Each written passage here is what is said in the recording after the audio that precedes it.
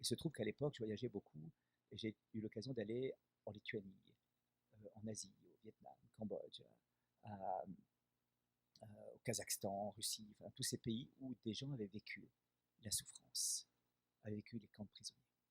Une des premières expériences était en Lituanie. Je devais donner une conférence dans une petite salle qui avait été rendue au culte, c'est juste après la chute du mur de Berlin en 90. Et il y avait 40 personnes, une petite lampe qui éclairait à peine au plafond.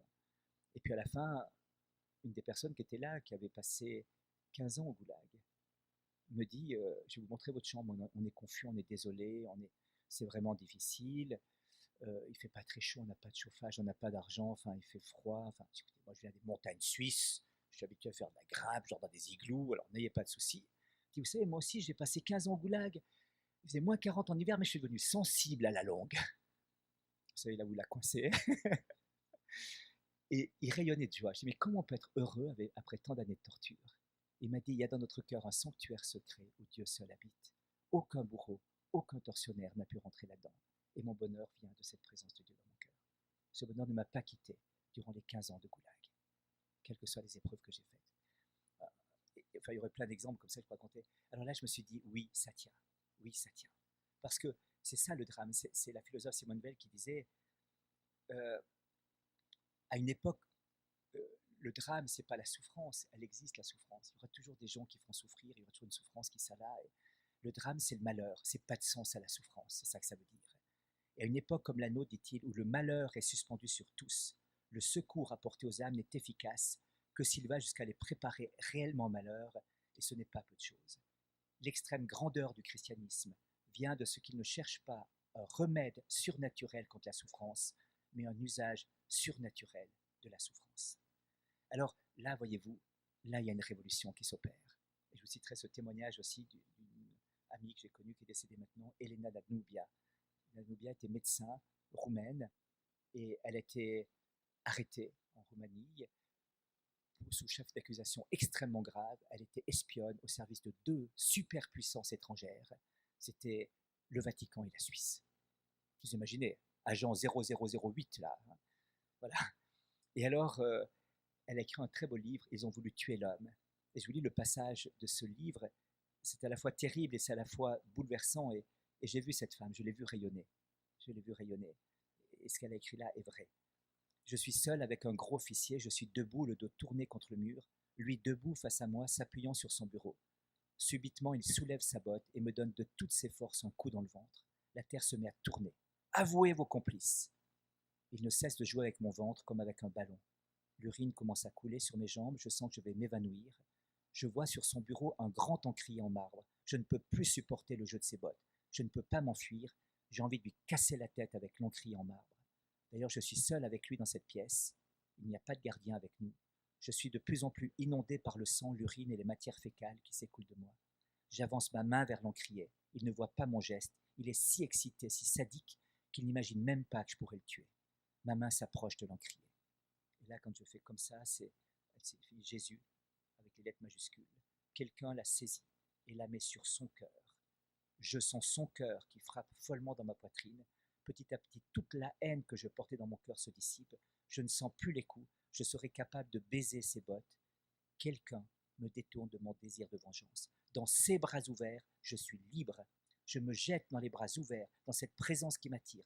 Dans ses yeux, je lis la victoire de l'amour, une réponse à toutes mes angoisses. Un grand feu remplace la haine, un grand feu lumineux. Le ciel remplit la nuit de mon âme. L'homme qui est présent me murmure: tu as connu ma croix, elle t'a soutenu. Reste attaché à elle. Elle fait partie de moi-même. La passion de ta vie, c'est la croix. Soulève-la pour découvrir que les mots amour et liberté, ils sont inscrits avec mon sang.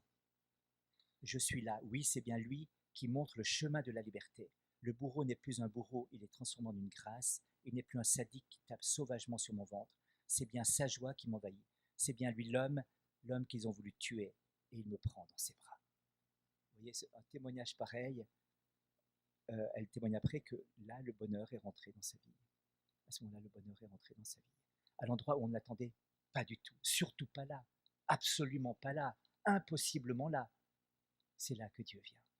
Parce que depuis que Dieu est allé sur la croix, il n'y a plus une croix sans un Dieu dessus.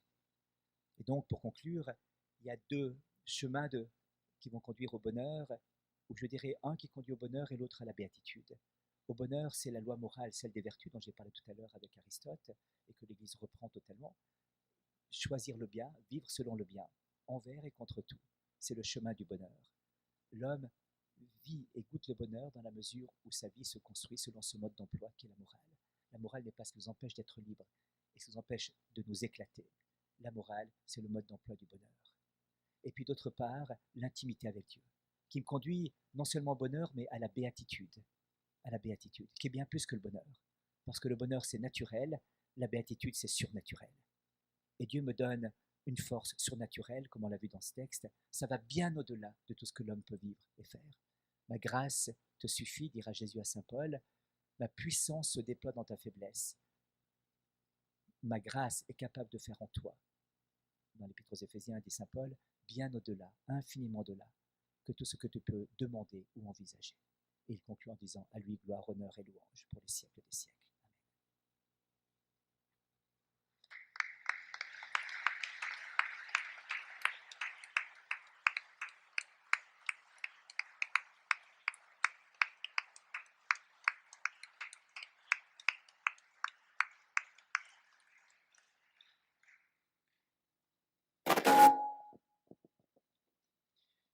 Voilà, merci beaucoup pour ce témoignage. On va maintenant avoir un temps de questions-réponses. Je vais passer parmi vous avec le micro. N'hésitez pas à lever la main si vous avez une question.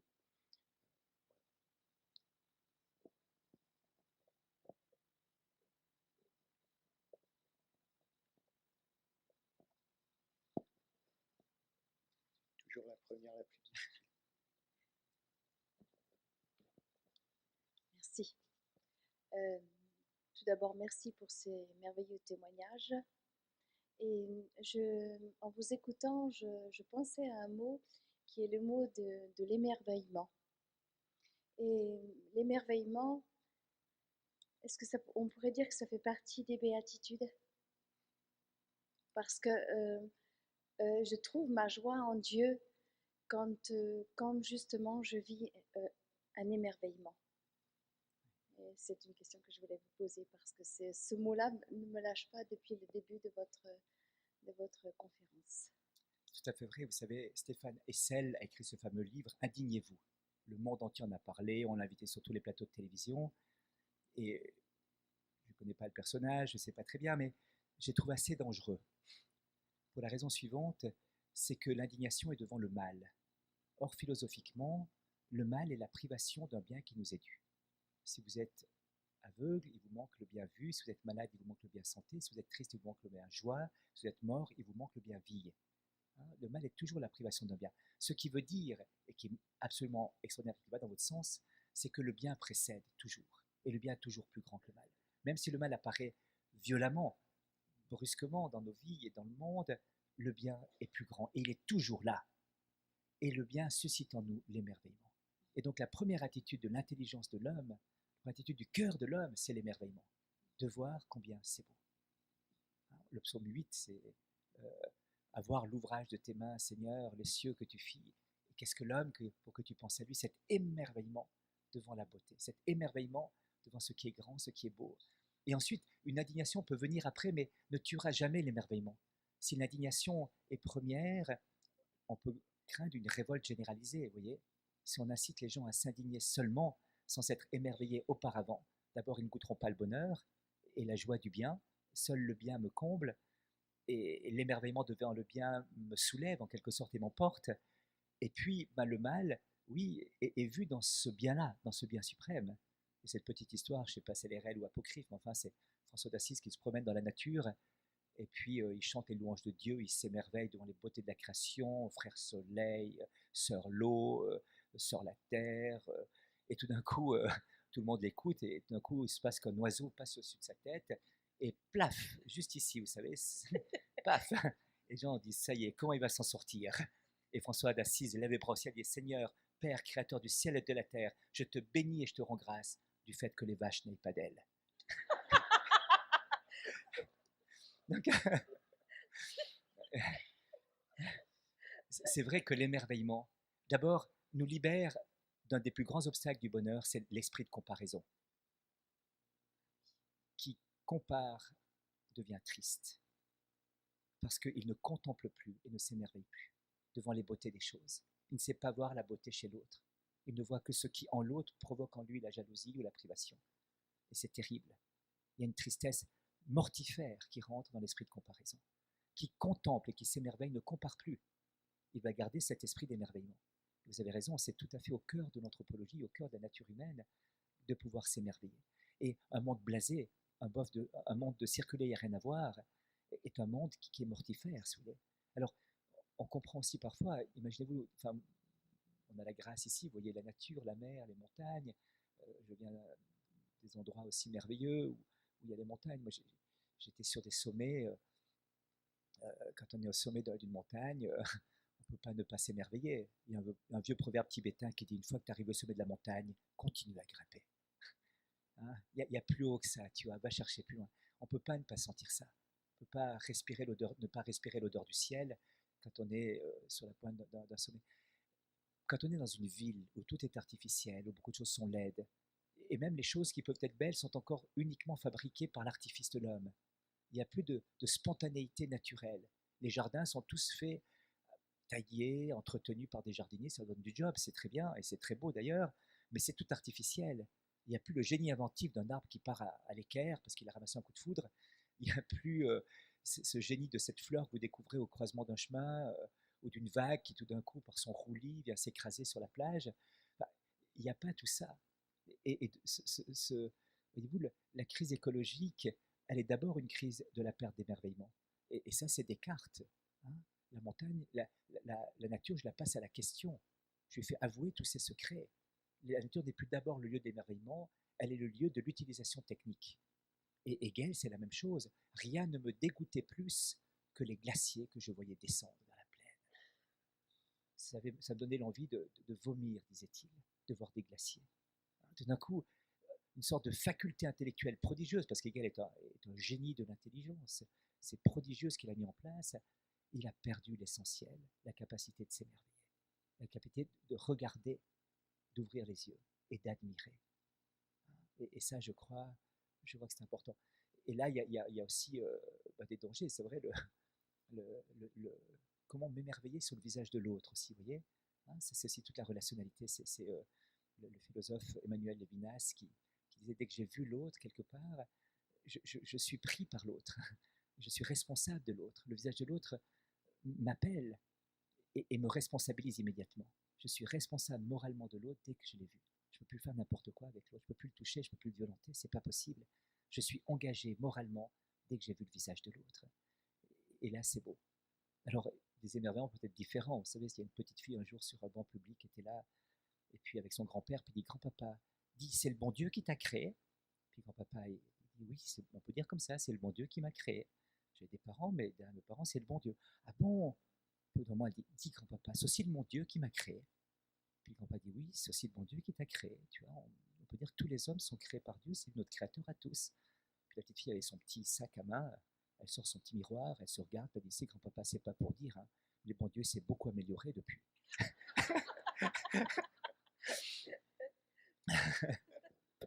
Voilà, alors, il peut y avoir un peu de narcissisme parfois, qui est aussi un piège. Vous avez raison, l'émerveillement appartient totalement à cette attitude de l'intelligence qui s'ouvre et qui petit à petit verra, y compris dans ce qui est ténébreux. Il y a une scène merveilleuse avec Viktor Frankl. Il est au camp de concentration, c'est en hiver, on lui demande de casser à la pioche alors qu'il n'a plus d'énergie, une terre gelée, et dit-il: je suis là, épuisé, écrasé, dans un travail qui me dépasse complètement, impossible de le réaliser quasiment. Et tout d'un coup, un oiseau vient sur le tas de terre et se met à chanter. Et tout d'un coup, il dit: mais la vie était transfigurée. Il aurait pu se dire: l'oiseau, lui, peut sortir du camp, moi je ne peux pas sortir du camp, vous voyez, le cinéma qu'on peut se faire dans la tête. Non, j'accueille l'oiseau comme un don de Dieu. Et je m'émerveille devant cet oiseau qui est là. Et cette attitude d'émerveillement, je crois qu'elle appartient vraiment au cœur, à l'intelligence même, qui est faite pour le bien et qui donc va s'émerveiller devant toute bonté. Partout la bonté se trouve. Or, dans tout être, il y a une bonté. Dans tout être, il y a une bonté. Dans toute créature, il y a une bonté et une beauté. Est-ce que vous pouvez nous dire quelques mots de plus sur l'adoration et sur l'adoration devant le Saint-Sacrement que vous avez évoqué tout à l'heure? Très volontiers. Très volontiers. Je partirai du regard, si vous voulez. Enfin, partons d'abord de l'origine. On ne va pas recommencer notre conférence, mais je dirais brièvement sur l'adoration. Adorer veut dire poser sa bouche sur une source. Dans le mot adorer, il y a le mot bouche, os oris en latin.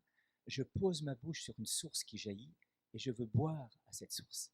Et il y a un double mystère, celui dans l'adoration. Il y a le mystère de la source. J'atteste par mon adoration de Dieu que sans Dieu, je ne peux pas vivre. C'est l'acte d'espérance le plus puissant que je puisse poser. Parce que en quoi consiste l'acte d'espérance? Il consiste aujourd'hui déjà à avoir la certitude que je verrai Dieu si je suis le chemin qu'il me donne, et par sa grâce j'arriverai au ciel, mais que sa grâce m'est déjà donnée aujourd'hui pour vivre la communion avec Dieu. Et donc, cette vertu théologale d'espérance se nourrit, j'allais dire, dans une perfusion permanente de vie qui se puise au cœur de celui qui est là, qui est Jésus présent au Saint-Sacrement. Donc, tout part du dogme de la présence réelle, fondée sur la parole de Dieu. Ceci est mon corps. Cette phrase-là, qui est absolument incontestable dans toutes les langues, y compris si on retraduit en araméen. Cette parole-là, il y a une identité complète entre ceci et mon corps. Or, le corps d'un homme est inséparable de son âme, autrement dit un cadavre. Ce qui veut dire que là où est le corps du Christ, là est l'âme du Christ. Et comme dans la personne de Jésus, l'humanité est inséparable de la divinité, là où est le corps et l'âme de Jésus, là aussi la divinité du Christ. Donc, avec cette parole, ceci est mon corps, il y a une identité parfaite entre ce que vous voyez et Jésus en personne. Il n'a pas le look, il a le look d'un bout de pain, mais c'est Jésus qui l'a. Et ça, je crois que c'est le cœur du mystère d'adoration. C'est un ami qui est prêtre aujourd'hui, qui était servant de messe à l'époque, avant le concile. Et puis il avait un vieux curé très sympathique, mais un peu handicapé. Et puis après l'élévation, aussi à la messe, il a posé l'hostie sur la patène. Et puis pour faire sa génuflexion, il a posé les deux coudes sur l'autel, comme ça, faisant tant bien que mal la génuflexion. Et quand il se relève, plus d'hostie. Il était rentré dans la manche de l'aube, plus d'hostie. Le pauvre curé panique et regarde le savant de messe, il dit « Bon sang, il est où le bon Dieu ?» Et puis le savant de messe, qui avait bien appris son catéchisme, question numéro 2, où est Dieu au ciel, sur terre, en tout lieu, se dresse et dit à voix forte et fièrement, il est au ciel, sur terre et en tout lieu. Et le curé lui dit, non, pas celui-là, l'autre. Donc, celui qui est au ciel, sur terre, en tout lieu, c'est le même qui est là présent. Alors, dans l'adoration, je viens réaliser cet acte premier du cœur de l'homme. Quelque part, c'est Benoît XVI qui a dit ça, et théologiquement, c'est très profond. Il dit, quel est le premier devoir de l'homme? Le devoir philosophique, en justice philosophique, donc déjà découvert par Aristote, 4 siècles avant Jésus-Christ. Le premier devoir de justice, c'est de rendre à Dieu un culte d'adoration, de louange et d'action de grâce. Philosophiquement, pas théologiquement, pas par révélation. La raison humaine est capable de comprendre que derrière tout ce qu'elle voit, il y a un créateur, et qu'à ce créateur est due une louange d'adoration. Eh bien, Benoît XVI dit, dans l'Eucharistie, dans l'adoration eucharistique, nous rendons à Dieu ce premier devoir de justice. Et quelque part, nous le rendons pour toute l'humanité. C'est-à-dire que nous sommes des députés de l'humanité devant Dieu, pour dire au nom de l'humanité tout entière, Seigneur, à toi la gloire, à toi l'honneur, à toi la louange, tu es le roi et Seigneur, tu es l'unique et le tout. Tout vient de toi et tout retourne à toi. Donc, première attitude, une attitude d'adoration qui implique cette prosternation devant lui. Deuxième chose importante dans l'adoration eucharistique, c'est qu'il y a quelque chose de prodigieux qui se produit. L'adoration naît au XIIIe siècle, comme le disait Canon Newman, comme un désenveloppement du dogme eucharistique. On arrive au fil des siècles, un peu comme un cadeau qui se désenveloppe et on trouve le trésor au cœur. L'adoration arrive au XIIIe siècle comme un trésor mûr de la piété eucharistique, et non pas comme une excroissance de la piété eucharistique. Comment l'adoration est-elle née? À partir du XIe siècle, on a des premières attaques sur la présence réelle du Christ au Saint-Sacrement. Il y en a eu un petit peu dans les premiers siècles, mais plus tellement par la suite. Et la tradition orientale, par exemple, a très peu connu ça, les orthodoxes. C'est Jésus, point. Ils n'ont pas même de dogme de la transsubstantiation, c'est Jésus, point. Dans l'Église d'Occident, c'est Béranger de Tours en particulier, qui a un théologien qui a dit mais c'est pas possible que ce soit Dieu dans une petite hostie, enfin, sous l'apparence d'un bout de pain, c'est pas possible. Et le peuple, les théologiens ont réagi, c'était le concile de Latran IV en 1215 qui va définir plusieurs dogmes eucharistiques, mais le peuple réagit, et ça c'est merveilleux. Le peuple réagit en disant « Ah, tu nous dis que c'est pas lui ?» Eh ben non, on va te dire que c'est lui, on veut le voir, montre-le nous. Et du coup, on a commencé à la messe l'élévation, qui durait parfois 1 heure. On mettait un servant de messe sous chaque bras du curé, comme pour soutenir la prière de Moïse contre les Amalécites dans le désert. Il y avait quelqu'un qui mettait un drap noir derrière l'hostie blanche pour qu'elle ressorte bien dans le cœur de l'église, mais ce n'était pas très éclairé, vous voyez. Et puis il y avait un turiféraire qui mettait de l'encens et qui on criait de temps en temps « Arrête ta fumée, arrête avec ta fumée », on ne le voit plus. Voilà. Et alors l'église s'est dit « Mais on ne peut pas continuer comme ça. Il va falloir dissocier cet acte d'adoration de la célébration eucharistique, parce qu'une adoration d'1 heure au milieu de la messe, ça rompt quand même le rythme de l'Eucharistie, vous voyez. Et donc, on est au moment du sacrifice du Christ sur la croix, et on va donc porter en dehors de la messe l'adoration eucharistique, qui correspond à ce désir de voir Dieu, de poser notre regard de chair vers lui. Alors, on va commencer l'adoration dans des reliquaires d'abord, c'est la seule chose qu'on avait à disposition, puis on fera des ostensoirs. Et l'adoration va commencer à se développer et va être, j'allais dire, le grand moyen de la sanctification de l'Église après le drame de la Réforme, qui était un drame catholique et réformé d'ailleurs, hein, qui était le drame tragique du corps du Christ, on pourrait dire comme ça. Voilà. Et c'est l'Eucharistie grâce aux jésuites, grâce à Philippe Néri, grâce à Alphonse de Liguori, enfin, tous les saints pratiquement ont développé ça. Derrière l'idée du regard, qu'est-ce que je voulais dire? Il y a cette parole, vous savez, une prophétie que le Christ reprend de Zacharie, qui dit « Ils lèveront, dans Saint Jean, ils lèveront les yeux vers celui qu'ils ont transpercé. » Or, à l'adoration eucharistique, je tourne mon regard vers celui que j'ai transpercé par mon péché. La cause de la mort du Christ, c'est mon péché. Il y a bien sûr des Romains qui ont exécuté la sentence à l'époque, mais la vraie cause, il est mort à cause de nos péchés. La cause de la mise à mort du Christ, c'est mon péché. Je suis coupable de la mort de Jésus, qu'on le veuille ou non. Enfin, qu'on le veuille. Voilà. Et il y a cette parole du psaume 33 à 34 qui est absolument lumineuse, mais un pauvre a crié. Dieu l'a entendu.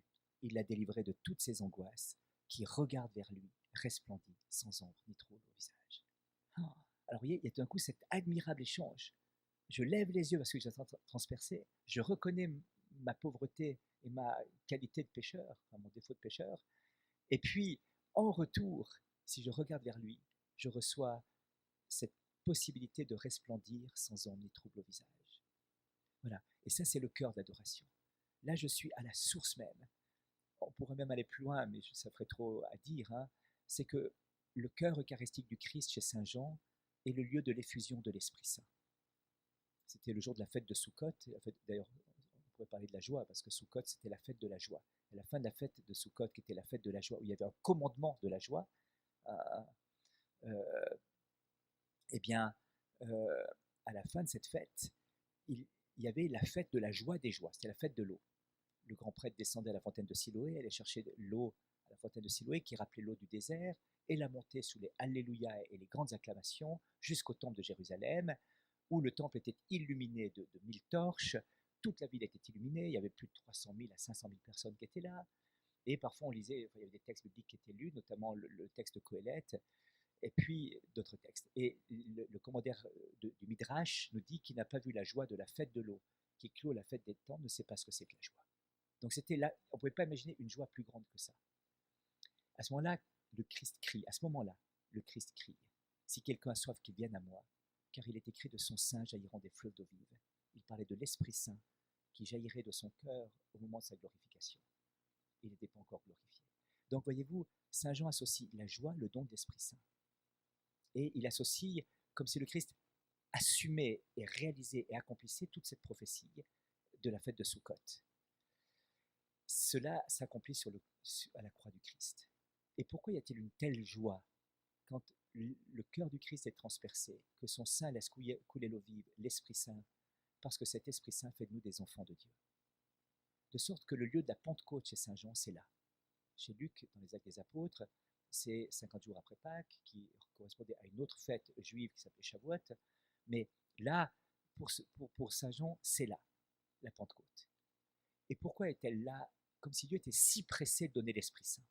Parce qu'il vient réparer ce qu'était la tragédie de l'humanité, d'être séparé de Dieu au péché originel, de ne plus pouvoir dire à Dieu Papa, Abba. Et l'Esprit Saint vient prier en nous, vient nous redonner dignité d'enfant de Dieu. C'est ça la révolution du christianisme. Or, quand je suis à l'Eucharistie, par l'effusion permanente de l'Esprit Saint qui jaillit du cœur du Christ, j'apprends à devenir enfant de Dieu. J'apprends les qualités d'enfant de Dieu. Je découvre qui est vraiment Dieu. Un jour, une maîtresse dans une école avait demandé aux enfants de faire des dessins. Alors, elle passait dans les rangs, elle disait « Toi, tu fais quoi? Moi, c'est mon papa, moi, c'est ma maman, moi, c'est mon chien, moi, c'est ma maison, moi, c'est ma sœur. » Puis un, il dit « Moi, je te dessine le bon Dieu. » Puis la maîtresse dit « Moi, je ne sais pas à quoi il ressemble, le bon Dieu. Ah, quand j'aurai fini mon dessin, vous saurez. » Eh bien, à l'Eucharistie, Dieu dessine son vrai visage, j'allais dire. Dieu se révèle vraiment tel qu'il est. Il n'a plus le visage d'homme ni les traits d'un fils d'Adam, réalisant parfaitement la prophétie du prophète Isaïe. Mais c'est à ce moment-là qu'il donne, il se donne totalement, il donne l'esprit. Il donne non seulement l'amour qu'il a manifesté sur la croix, mais il donne l'être substantiel d'amour qui s'appelle l'Esprit Saint, l'Esprit du Père et du Fils, la troisième personne de la Trinité. Et donc, j'apprends à devenir enfant de Dieu auprès de l'adoration. Je m'adoucis, je m'assouplis, je me transforme, je suis transformé de grâce en grâce, de gloire en gloire, par l'Esprit qui m'est donné, en voyant le vrai visage de Dieu, qui est ce visage d'un Dieu qui vient au cœur de ma pauvreté pour me faire participer à sa gloire. Alors voilà, c'est un petit peu ça l'importance de l'adoration. Alors voyez-vous, l'adoration c'est l'acte révolutionnaire le plus important qu'on peut faire aujourd'hui. Staline, Che Guevara, Mao sont rien du tout à côté d'un adorateur. Eux ont tout cassé le monde. L'adorateur, qu'est-ce qu'il fait? Il proclame dans ce monde que Dieu est premier, parce qu'il adore Dieu. Il atteste par sa présence devant le Saint-Sacrement que le monde ne nous convainc pas, que le monde qui se détourne de Dieu n'a pas la vérité, n'est pas dans la lumière, et que Dieu seul est la lumière des nations. Et que, en posant cet acte, j'atteste de ma liberté la plus suprême. Moi, je dépendrai de Dieu, et je veux devenir serviteur de l'humanité, comme le Christ était serviteur de l'humanité, en étant radicalement dépendant de son Père, parce qu'il était fils de son Père dans la puissance de l'Esprit Saint. Et donc, l'adoration eucharistique est nécessaire dans le monde entier pour cette raison-là, pour attester cela. Et puis en même temps, il se passe un petit truc, c'est que Dieu veut toujours faire participer l'homme à ses œuvres. Il se débrouillerait bien mieux tout seul, c'est comme une maman qui fait un gâteau avec son petit gamin. Ça prend 2 fois plus de temps, il y a 2 fois plus de désordre, mais il y a tellement plus de joie. Voilà. Eh bien, Dieu, c'est la même chose. C'est 2 fois plus compliqué avec les hommes, parce qu'ils doivent jouer avec leur liberté, leur résistance, leur refus. C'est 1000 fois moins bien fait, mais c'est tellement plus réconfortant, car c'est un fruit de l'amour de Dieu et de l'humanité, de l'alliance. Alors, Dieu veut, pour sauver ce monde, passer par nous. Et quand nous sommes à l'adoration, Saint-Père Julien Aymar disait, nous faisons travailler les saints sacrements. Dieu bosse, il répand sa grâce sur le monde, il irradie le monde, il irrigue le monde tout entier, pour soulever ce monde et l'amener vers le Père, qui est le mouvement inverse de cet ébranlement, effondrement du monde qui s'éloigne de Dieu à une vitesse grand V. Voilà. Et donc on participe au salut du monde, et à la rédemption du monde, et à la transfiguration du monde. De sorte qu'un patriarche orthodoxe, Ignace IV d'Antioche, avait dit « Où le monde est défiguré par la consommation, où il est transfiguré par l'adoration. » Il n'y a pas d'autre alternative. Merci.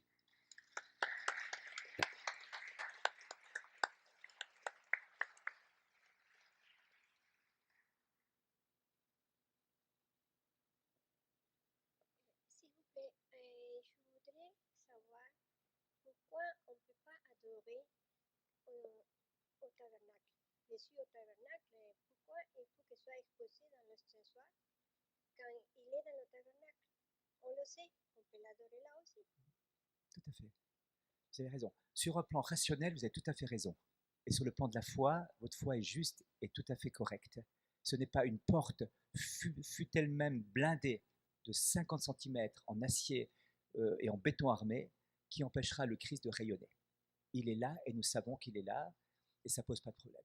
Sous l'angle de l'amour, c'est un peu différent, voyez-vous. Sous l'angle de l'amour, l'amoureux, enfin, imaginez deux fiancés qui se téléphonent. C'est super, on se parle. Ils se voient les yeux dans les yeux.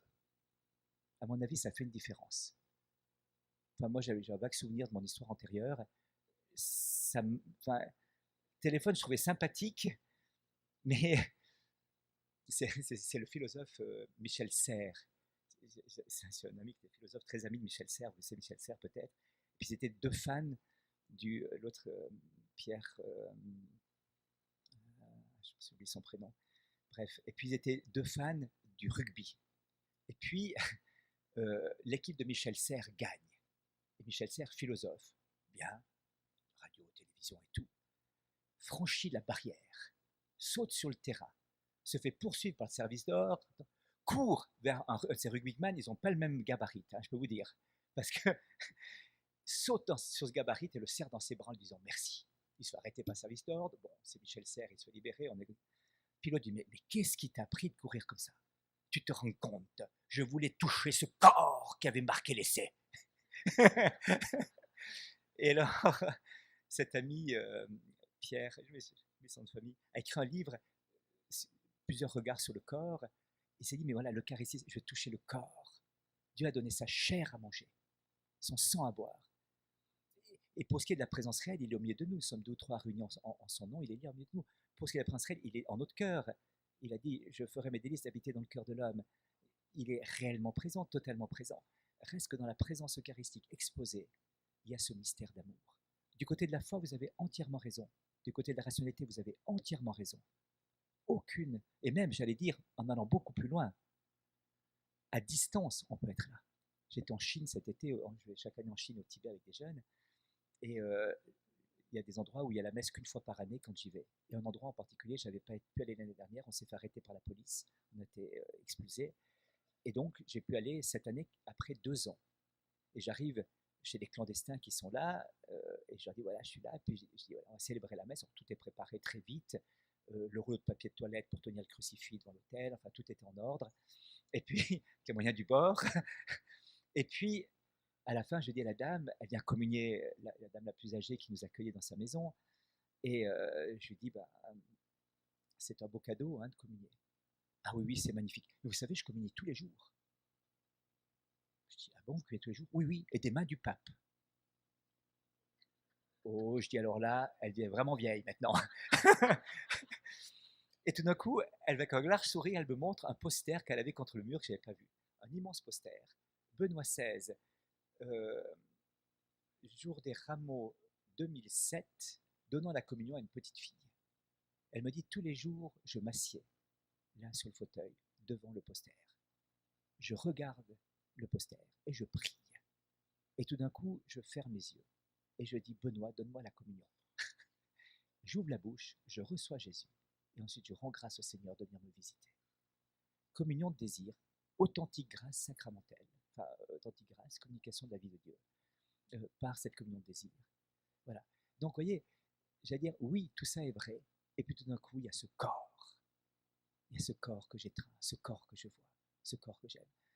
Et puis, j'allais dire, une autre raison, elle est moins théologique, elle est moins profonde, elle n'est pas dans l'ordre de la charité et de la communion d'amour, mais elle me paraît très importante, en tout cas pour moi, dans ma faiblesse. Je ne sais pas si vous avez remarqué, des fois, quand on prie, je ne sais pas vous, mais moi, des fois, 1 fois par année, 2 fois par année, je suis un peu distrait dans la prière. Ça vous arrive aussi à vous, il semble, hein? Et dans la liturgie byzantine, vous savez, il y a des scènes merveilleuses dans tous les moments forts de la liturgie. Il y a le diacre qui vient devant l'iconostase et qui dit « Soyez attentifs !» Et tout le monde dit « Ah oui, on est à l'église, c'est juste. » Attentif, tendre vers. Quel est le sens qui nous extasie le plus et qui nous tend le plus vers l'extérieur?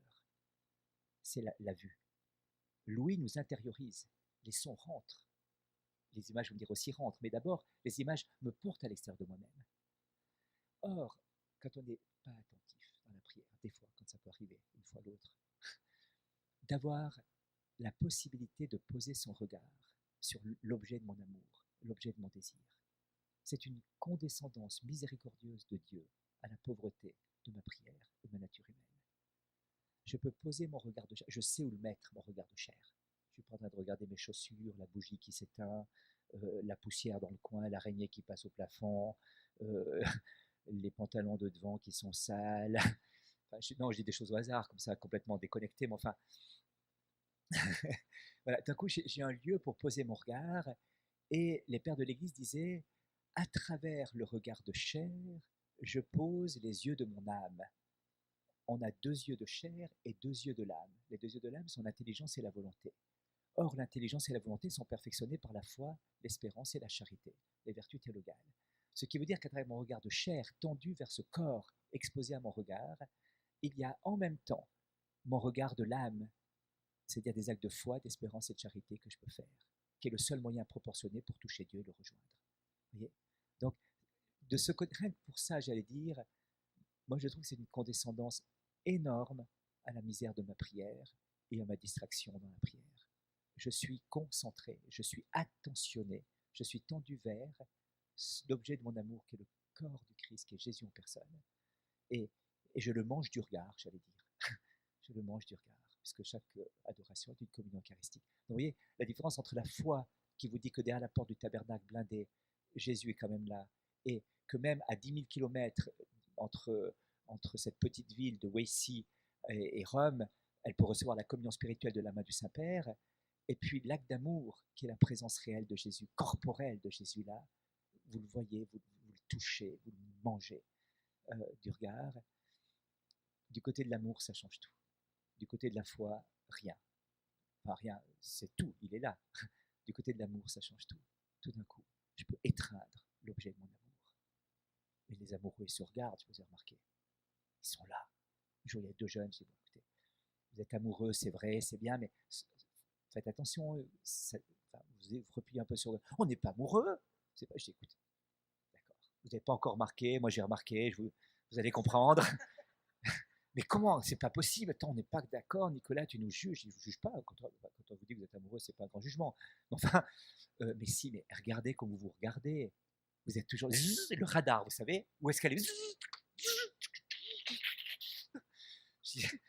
Alors j'ai dit, tu vois, c'est. Et puis ils sont mariés aujourd'hui, ils ont 3 enfants, ça se passe très bien.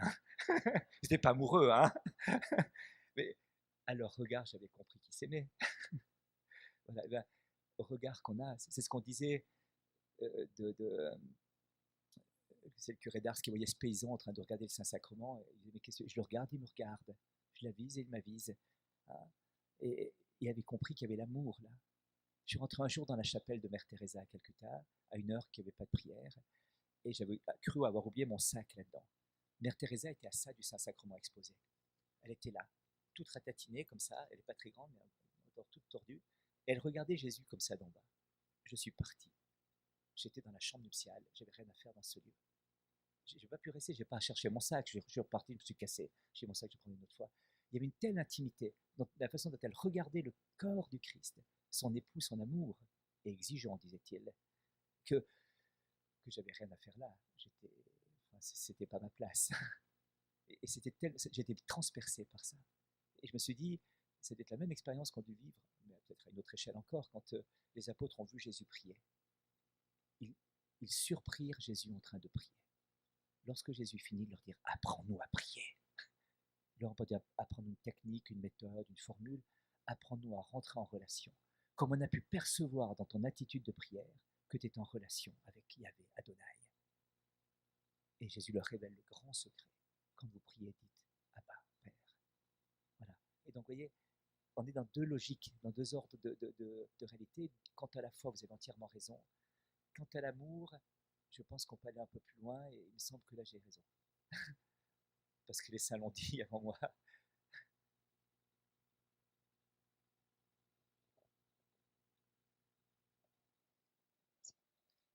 Vous avez dit à un moment donné qu'on est plutôt réaliste. Il faut accepter avec humilité nos faiblesses et tout.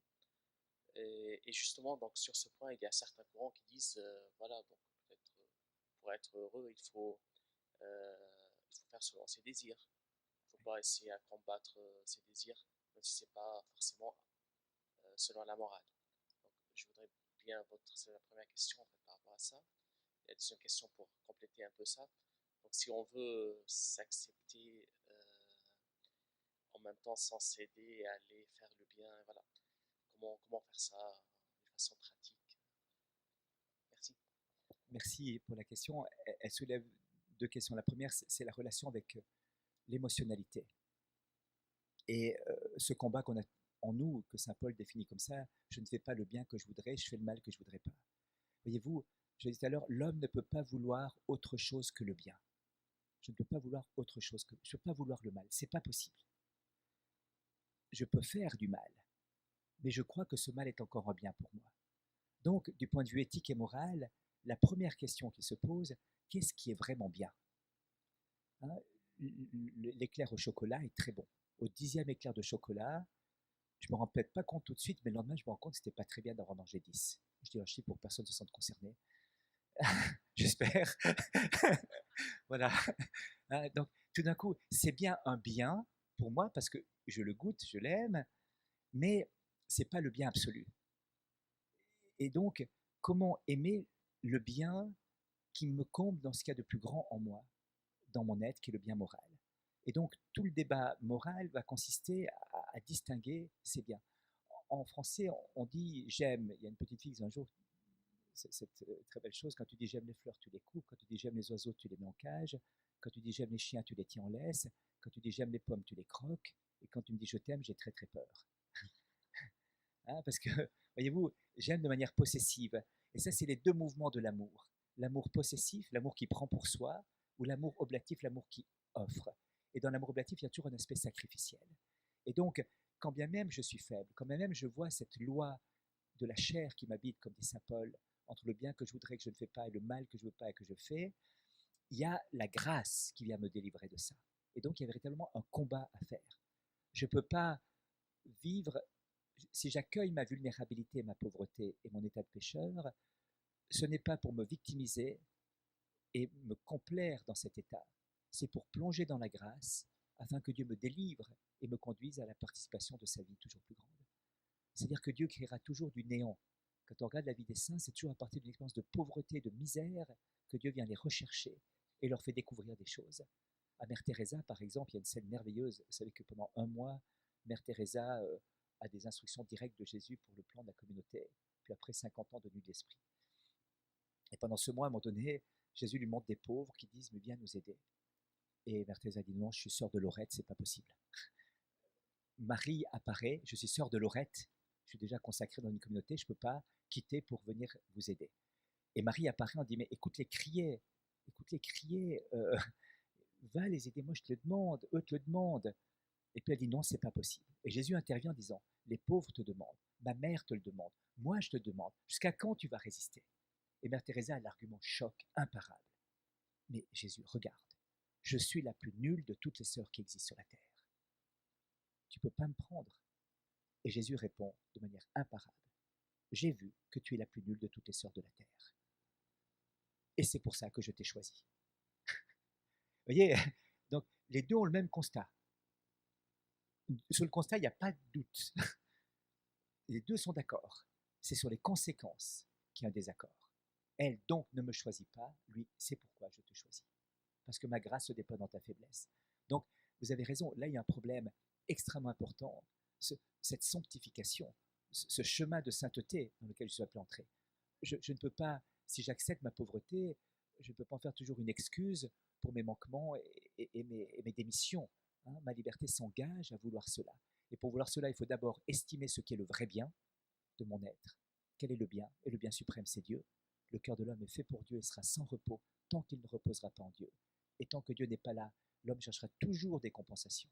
L'athéisme existentiel est absolument impossible. Je vous disais tout à l'heure, vivre comme si Dieu n'existe pas, mais quand on va au bout de la logique, on a tous des faux dieux, on a tous des idoles.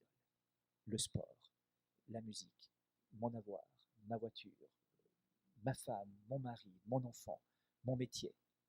Quand je n'ai pas Dieu, j'ai nécessairement une idole. C'est comme un bout de scotch, c'est fait pour coller. Si vous l'avez au bout du doigt, vous le ah, ça y est, je suis débarrassé. Non, il est collé là. Vous n'avez pas à vous en débarrasser. Il collera quelque part. Le cœur de l'homme est fait pour dépendre de Dieu, pour recevoir de Dieu sa vie, comme une ampoule est faite pour recevoir l'électricité, afin d'éclairer, de briller. eh bien, l'homme qui ne dépend pas de Dieu dépendra de fausses lumières, c'est sûr. Il ne peut pas ne pas se brancher quelque part. Voilà. Et puis l'autre chose, c'est la société émotionnelle dans laquelle on vit. Ça, je crois que c'est un grand problème, il faudrait tout un débat là-dessus. En faisant bref, le triomphe du rationalisme du XVIIIe siècle a conduit à une frustration profonde du cœur de l'homme, parce que c'était la raison sans l'amour, en quelque sorte. Et cet amour a ressurgi de manière un peu sauvage par le romantisme. Immédiatement, on va avoir une réaction philosophique, c'est Emmanuel Kant qui va dire « Attention, attention, n'agissez pas par amour, c'est terrible, l'agir moral par amour est une trahison. » Sous-entendu, l'amour sensible, l'amour affectif, l'amour qui prend, l'amour éros, si je disais en grec. Il faut agir par devoir. Si vous mettez de l'amour dans votre devoir, vous pervertissez votre agir moral. Alors tout d'un coup, on stérilise l'agir humain, voyez. Et tout d'un coup, la raison, le rationalisme va réussir à faire émerger l'affectivité de manière désordonnée, va rappeler à une réaction de la raison par le devoir, mais va tuer finalement la raison pour laisser que l'émotion. Si Pascal pouvait dire « je pense, donc je suis », si Descartes pouvait dire « je pense, donc je suis », le grand motif aujourd'hui, c'est « je sens, donc je suis ». Je sens que je sens. Et finalement, l'homme est en quête d'émotions. Il y a deux types d'émotions, l'émotion contemplation, celle dont on a parlé tout à l'heure et qui suscite l'admiration, et qui, elle, est tout à fait légitime. Elle m'intériorise et elle me fait devenir ou advenir. Et puis, il y a l'émotion choc qui marque le plus aujourd'hui. Quand les frères Lumière, ont présenté leur film, l'entrée d'un train dans la gare de Ciotat, en 1895 ou 17, je ne sais plus combien, les gens sont sortis de la salle. Ils ont vu arriver le train. Ça y est, on va être écrasés. Incapables de penser le virtuel. Aujourd'hui, vous êtes au milieu d'une gare, vous voyez le train, vous arrivez dessus, vous dites c'est un film. Et malheureusement, ce n'était pas un film. Donc, on est incapable de penser le réel aujourd'hui. L'homme a été réduit à son émotionnalité. Et regardez, même l'éthique est réduite à l'émotionnalité. Il s'est trouvé qu'à un moment donné, Mère Teresa et Lady Diana meurent en même temps.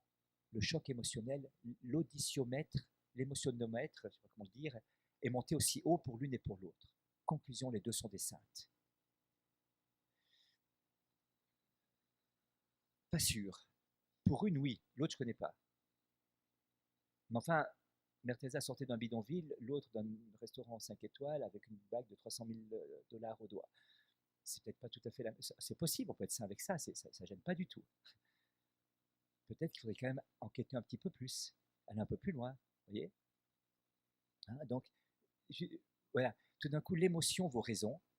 Et quand on part d'un débat, toutes ces questions qu'on a, l'homoparentalité, tout ça, a une rationalité aimante sur le débat, notamment sur l'altérité homme-femme, sur la relation nécessaire de la complémentarité, sur la découverte de ma propre identité personnelle, sexuelle, afin de faire de moi un cadeau pour l'autre dans l'oblativité. Cette réflexion sur le sens de l'être humain et de sa sexualisation, j'allais dire, de son caractère sexué, qui est très présent dans la Genèse, on va opposer un argument d'émotion, mais il s'aime. Mais il s'aime. Et qui êtes-vous pour dire, vous les doctrinaires, pour oser dire que vous ne pouvez pas autoriser le mariage à deux personnes qui s'aiment? Vous voulez les empêcher de s'aimer? Le débat, il n'est pas là. Il n'est pas là. Que signifie juridiquement et anthropologiquement le mariage? Ensuite, si vous voulez vous aimer comme ça, on ne va pas vous empêcher. Mais ne demandez pas ça. Hier, un ami m'a envoyé une photo. C'était deux femmes qui se mariaient. Alors, c'était touchant et à la fois douloureux. Une était en grande robe blanche avec voile et tout, et l'autre femme était habillée en costard noir et cravate. Et je me suis dit, mais voilà, le naturel revient. J'ai tellement besoin de l'autre en tant que différent. Pourquoi elles n'ont pas mis deux robes blanches? Enfin, si vraiment elles veulent l'homo, eh bien l'homo, tu t'habilles en homo, c'est-à-dire de la même chose. J'entends pas dans le sens péjoratif du terme. Tu es le même, c'est ça l'homo. Tu es le même, vous êtes deux mêmes, vous mariez ensemble, mettez deux robes blanches. Pourquoi une est en robe blanche avec grand voile et l'autre avec le costard cravate? Que diront d'elle? Je sais pas comment ça s'appelle ce truc-là. Machin derrière, là, qui pendouille. et qui est là, présenté comme ça. Hein, c'était pathétique, j'allais dire. Et elles s'embrassaient les deux. Et c'était mais tellement pour dire, mais j'aurais tellement marié un homme. Et pour moi, tu t'appelles Julie, mais tu es un homme. Enfin, tu représentes l'homme pour moi, puisque je t'ai demandé de t'habiller comme ça. Ils ont dû discuter l'habillement, vous voyez. C'est pas l'autre qui dit, je te fais une surprise. J'arrive avec le costard. Ah, voilà, donc vous voyez, là de nouveau, et alors là, il y a tout un travail à faire sur la gestion des émotions, la gestion du ressenti. La gestion du ressenti.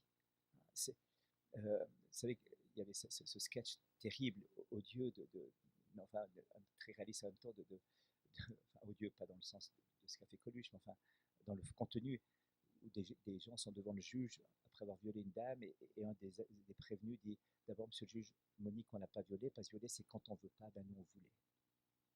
Et c'est terrible, et c'est tellement vrai, c'est tellement ça. Dès l'instant où c'est mon émotion qui prédomine, je suis le centre du monde. Et le caractère oblatif n'est plus là. Donc il y a un travail énorme à faire aujourd'hui sur l'émotionnalité. Redonner à l'émotionnalité sa juste place dans le gouvernement de la raison et de la volonté, dans la finalité du bien. Je suis attiré,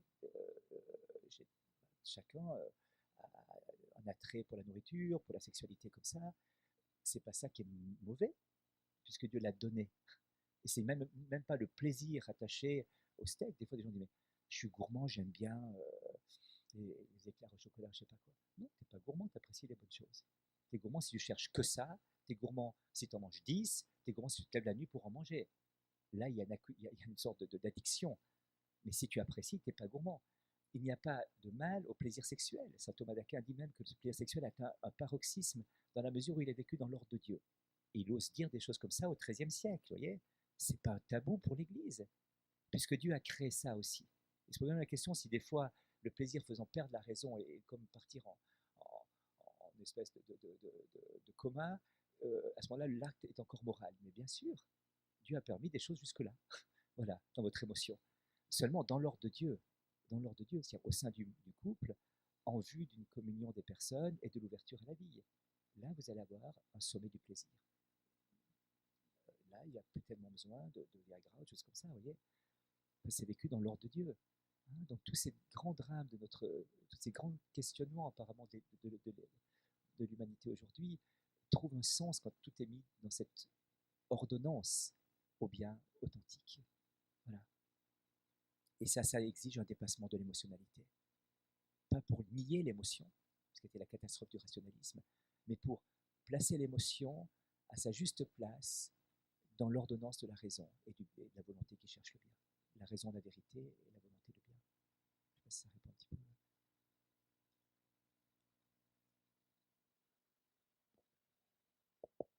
Merci beaucoup pour ce témoignage. Je pense qu'on peut applaudir.